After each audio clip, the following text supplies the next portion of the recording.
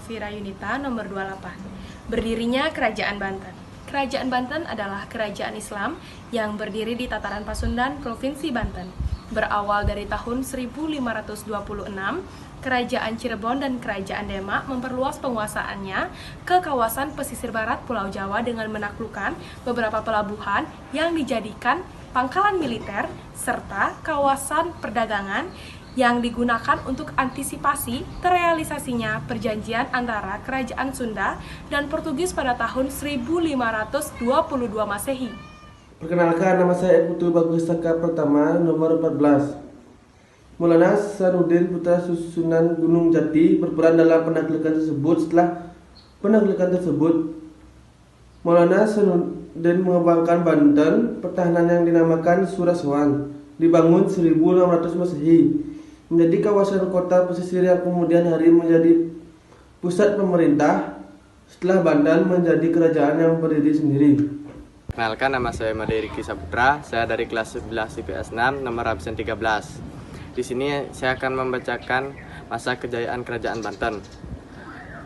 Kerajaan Banten mencapai kejayaannya di masa pemerintahan Sultan Ageng Tirtayasa pada tahun 1651 sampai dengan 1682. Saat itu, Banten membangun armada dengan contoh Eropa serta memberi upah kepada pekerja Eropa.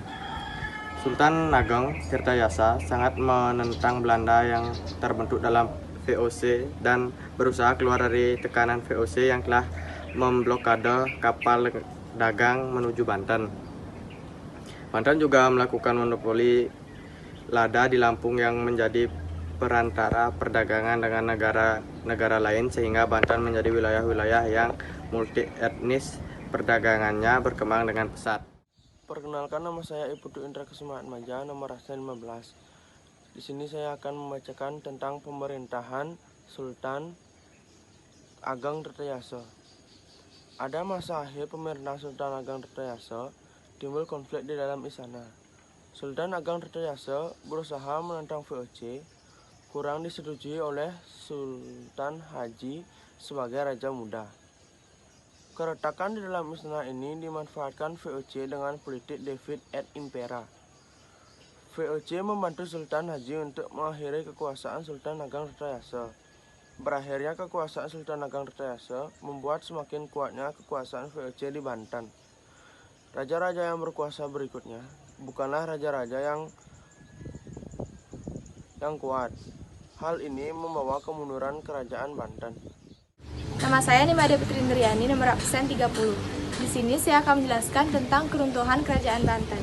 Kerajaan Banten mengalami kemunduran yang berawal dari perselisihan antara Sultan Ageng dengan putranya yaitu Sultan Haji atas dasar perebutan kekuasaan. Setelah itu VOC menguasai Banten sehingga pengangkatan Sultan Banten harus mendapatkan persetujuan Gubernur Jenderal Hindia Belanda di Batavia. Setelah itu Gubernur Hindia Jenderal Belanda menyerang Banten pada masa pemerintahan Sultan Muhammad. Penyerangan tersebut mengakibatkan Sultan menolak pemerintahan Hindia Belanda untuk memindahkan ibu kota Banten ke Kota Anyar. Pada akhirnya, tahun 1813, Banten telah runtuh di tangan Inggris. Kenalkan, nama saya Nila Putu Laksmianti, absen 29, dari kelas 11 PS6. Saya akan menjelaskan tentang peninggalan Kerajaan Banten. Peninggalan Kerajaan Banten yaitu yang pertama, Masjid Agung Banten sebagai salah satu kerajaan Islam di Indonesia. Yang kedua, ada Istana Keraton Kaibon sebagai tempat tinggal Bunda Ratu Aisyah yang merupakan ibu dari Sultan Syaifuddin.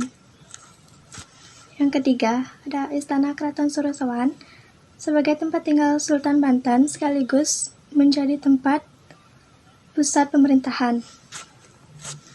Yang keempat, ada Menteng Spilwijk, yaitu sebagai bentuk dalam membangun poros pertahanan maritim kekuasaan kerajaan di masa lalu.